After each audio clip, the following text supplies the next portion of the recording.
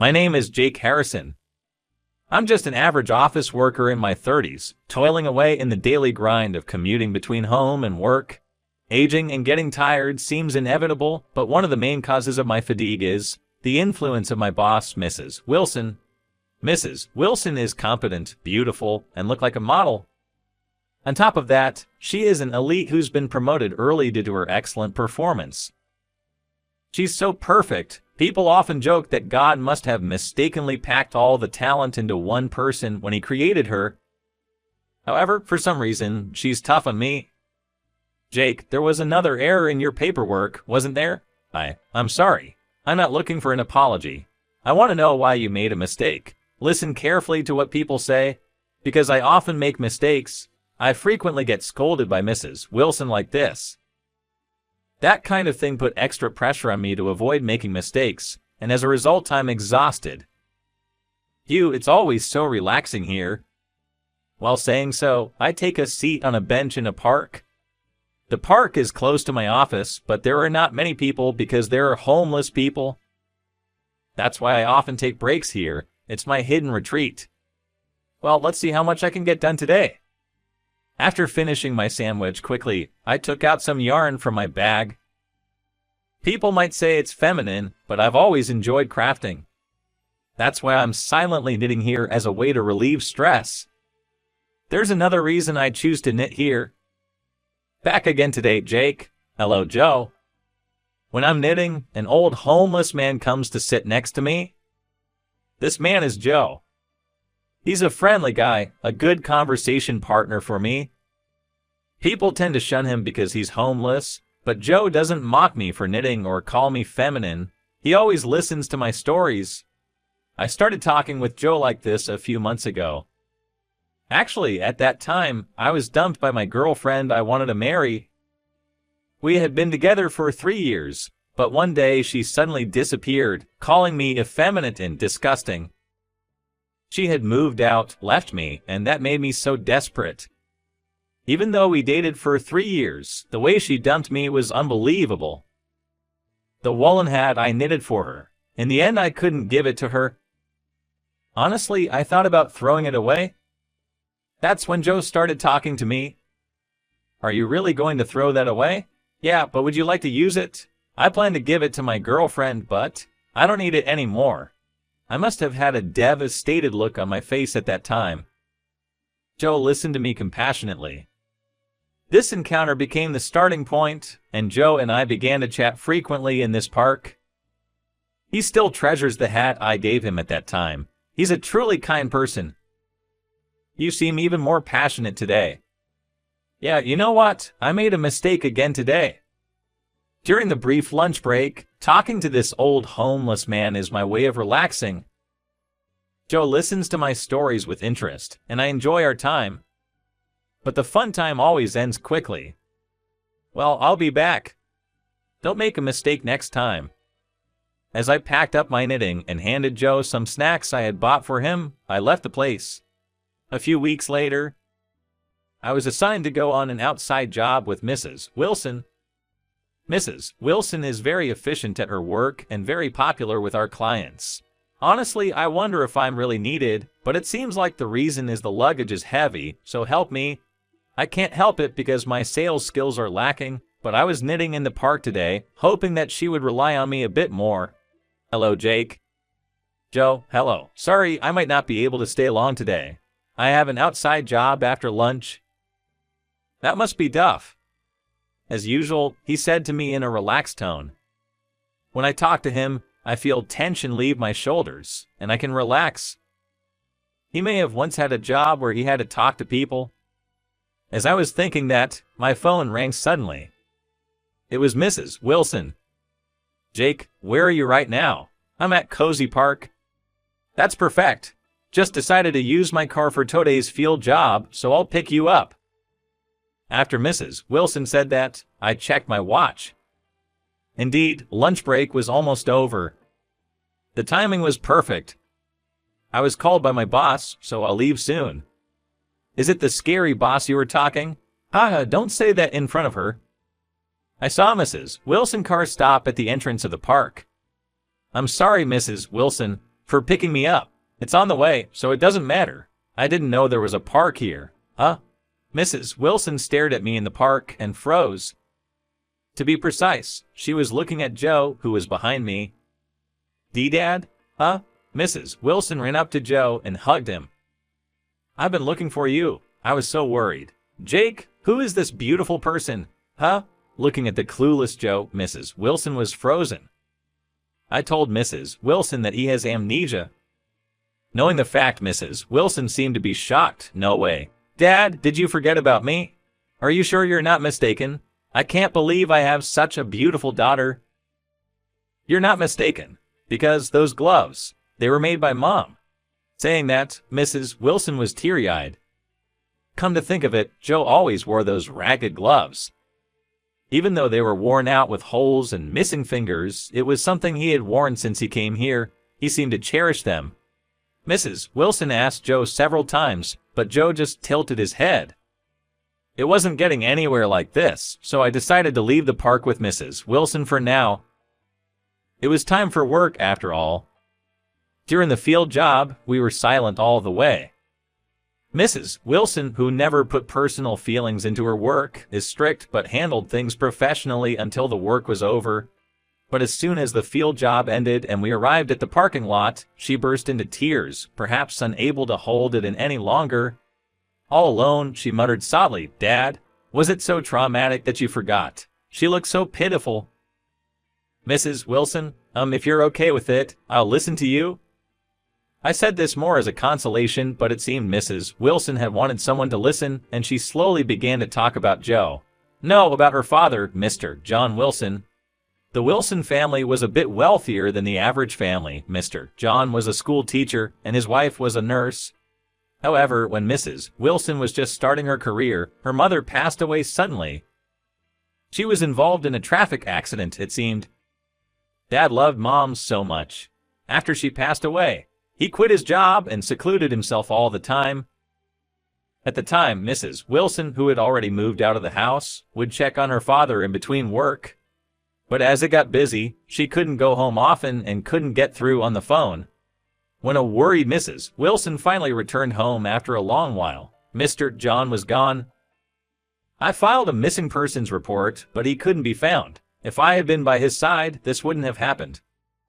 It seemed like Mrs. Wilson had been blaming herself for her father's disappearance until now, and she cried sorrowfully.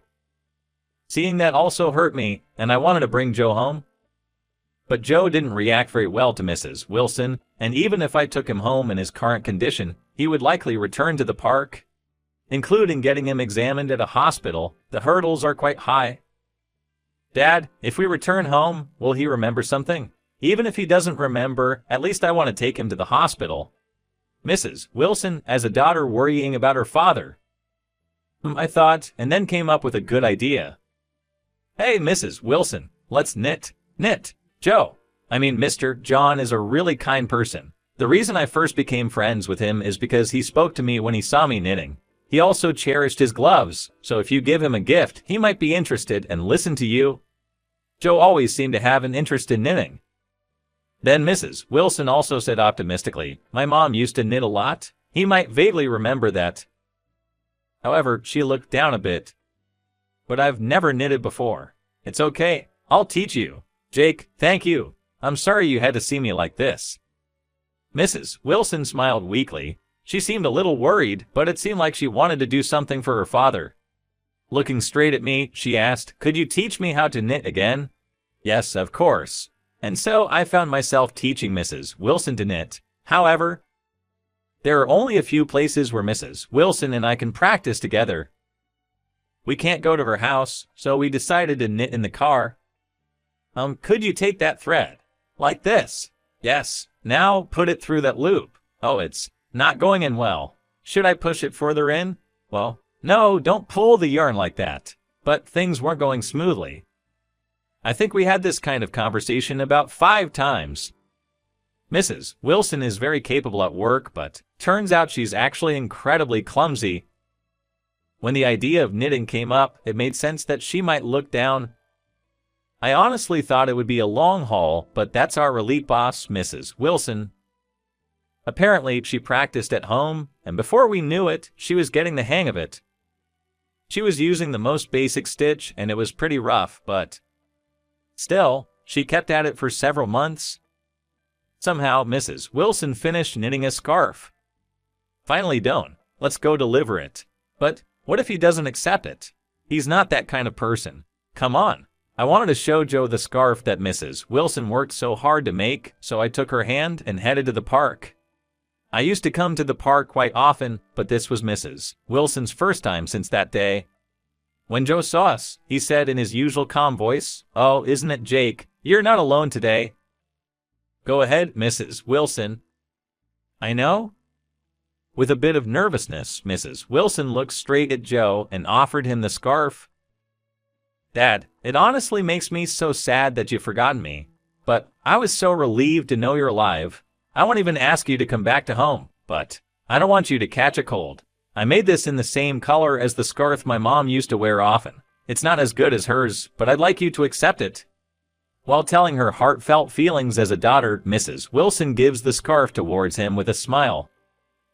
Mrs. Wilson's mother was good at knitting, and this time Mrs. Wilson had made a scarf with a design similar to the one her mother often wore while she was alive. It was filled with Mrs. Wilson hoped that it might jog his memory a bit. Joe accepted the scarf and said, "It's warm. I wonder why. I feel so warm here, just looking at your smile. Ha, I wonder why. I'm in tears." Joe said that as he wrapped the scarf around his neck, touching his chest and shedding a single tear. I wasn't expecting his memory to miraculously return just because of a scarf, but it seemed to have kind of triggered it. After that, he started going to the hospital with Mrs. Wilson, my boss. We're not sure if his memory will ever fully return, but it's said to promote Joe's health and social recovery. He didn't want to be hospitalized, but recently Joe has stopped going to the park and has started to return to Wilson's family home. Perhaps it's because of these positive progress that Joe has started to occasionally remember his own name, which made both Wilson and me happy. By the way, he still has the scarf I gave him, and he wears it alternately every day. Thank you, Jake. It's all thanks to you. And so, I returned to my usual routine of knitting in the park. On that day, Wilson came and sat next to me. Wilson stands out in a good way at the office, so I appreciate being able to talk with her in the park. I'm grateful, but ever since that knitting, Wilson has been acting much more casual with me. I guess we've gotten close, but to me, Wilson is too attractive, and it makes my heart race. What am I doing at my age? I feel so pathetic. You're the one who put all the effort into knitting, Mrs. Wilson. I didn't really do much. Teaching me to knit wasn't a big deal to you? Well, haha. I gave a wry smile as I stuffed my mouth with a sandwich. Through our interactions, I've come to understand that Wilson tends to be stern with those she has high expectations of at work. She had high expectations of me too, which is why she apologized for being so strict. So, Jake, would you like to have dinner with me sometime? To thank you also. Really? I was taken aback by her unexpected suggestion, but Wilson laughed and said, "Of course, or you don't want to have dinner with me? I'll go. I would be honored." I jumped at the chance, which made Wilson laugh again. "You're honest. Can we exchange our contact?" "Yes, I just realized I don't know your contact, Mrs. Wilson." "Call me Sophia. Register me as that, Jake Harrison." "What?" I froze at hearing my full name, but Wilson just input my contact and then casually said, "I'll contact you later," and left. Wilson, she knew my full name all along. It makes me happy and can't help but grin. I'll try my best to get her trust enough for her to call me by my name. While making such determination, I start knitting. A scarf woven in shades of blue and white is what I'm planning to make. I hope to finish it before the dinner with Sophia. And then, I will tell her what I feel. "I love you. Will you be my girlfriend?" I knew it. You took forever to say it. When I finally gathered the courage to confess my feelings over dinner, she happily said so. I wondered if I had been such an open book, but if she got the message, that's all that matters. So we officially became a couple, progressing steadily in our relationship, and eventually we decided to get married. By the way, we haven't had our wedding ceremony yet. Actually, when I proposed to her after a year of dating, I asked Sophia when the marriage registration was supposed to be done. I was thinking we should do it on a special date, but Sophia seemed to have different plans. You do realize I'm over 30, right? Yeah, I know. Don't keep a woman waiting forever. I want to get married right away. Otherwise, I'm afraid someone else might snatch you away from me. What a cute thing to say, so we submitted the marriage registration before the ceremony. So now, although Sophia and I are married, I'm still doing my knitting at the same park. I want to wear a stole you made at our wedding. When you hear something like that, it motivates you, doesn't it? Plus, Joe is planning to come to the wedding. He hasn't remembered everything yet, but he's slowly recalling bits and pieces of his past. I thought our wedding might serve as some kind of trigger, but he seemed unsure, asking, am I even supposed to be there, with an anxious look on his face. So to ease Joe's worries, I'm planning to gift him something I've knitted too. According to him, the things we've knitted have been like good luck charms to him and have been really reassuring. What color should I go for? Imagining my future bride, I pick up my yarn again today.